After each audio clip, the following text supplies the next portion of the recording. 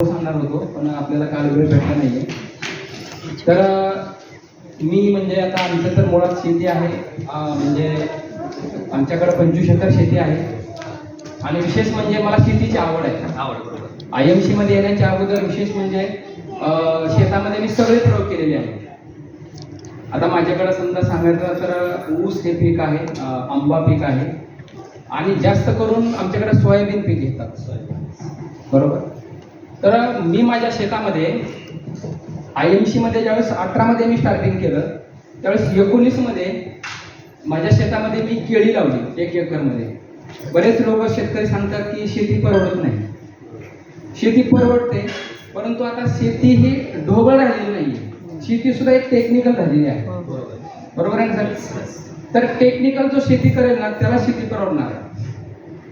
तर शेतामध्ये मी स्वतः स्प्रे करतो. म्हणजे ज्यावेळेस मी IMC मध्ये येण्याच्या अगोदर ड्युटी संपल्यावर मी शेतामध्ये असायचो आणि स्प्रे मी स्वतः फवारणी करतो. माझ्या त्यामध्ये 3 गडी आहेत. शक्य तुम्ही गड्याला कधी फवारणी करू देत नाही का, तर आपल्याला माहिती आहे गडी कशी वाट लावतात ते. एवढी महागडी औषधं आपण फवारतो. मग असं प्रॅक्टिकली अनुभव तुम्हाला सांगणार आहे शेतीमधला. आणि मग मी 1 एकरमध्ये G9 जातीची केळी लावली 1 एकरमध्ये आणि 19 मध्ये 18 मध्ये स्टार्टिंग केलं. पण मी स्वतः अगोदर प्रोडक्ट यूज केले IMC चे.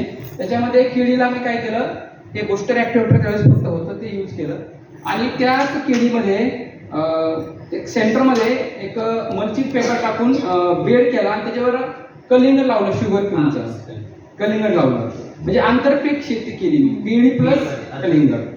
तर कलिंगड आणि केळी मला वाटतं कलिंगडचं कालावधी 3-3.5 महिन्याचा आहे.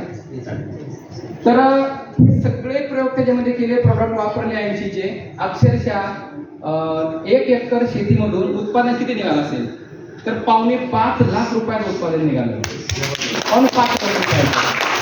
आणि ते कलिंगड अशा पद्धतीचं आलं की ज्यावेळेस दर 8 रुपये किलो होता कलिंगडला, त्यावेळेस माझं कलिंगड व्यापारीने 11 रुपये दराने दिलं. कारण चकाकी एवढी जबरदस्त आली ना कलिंगडला आणि शायनिंग आणि गोडी खूप चांगली आली. आणि केळी सुद्धा एवढी सुंदर आली की ज्या ठिकाणी 1 एकरमध्ये 15-20 टनाचं अवरेज निघतं, मला 22 ते 23 टनाचं अवरेज केळीला निघालं.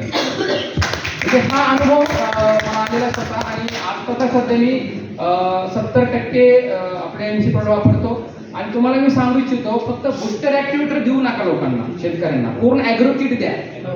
फर्स्ट पासून आपल्याकडे नव्हतं ठीक होतं, पण पूर्ण किट द्या. आता आपल्याकडं ते ग्रेन्युल्स आलेले आहे. ज्यावेळेस समजा आपण शेतकऱ्याला सांगतो ना ते लावताना त्याला ते मातीमधूनच त्याला ते द्या, एकरी एक बॅग वापरायची, त्याला म्हणतो आपण भेसल डोस. आणि ते तुम्ही रासायनिक खताबरोबर दिलं तरी चालतंय, स्पेशल देऊ नका, ते पुरणार नाहीये. तर भेसल डोस आहे, सीड ट्रीटमेंट आहे, प्रत्येक स्टेपला आपला आता प्रोडक्ट आलेलं आहे. त्यामुळे किट रेफर करा शेतकऱ्यांना, नुसतं बुस्टर ऍक्टिव्हेटर करू नका, देऊ नका. तर हे किट तर द्याच, परंतु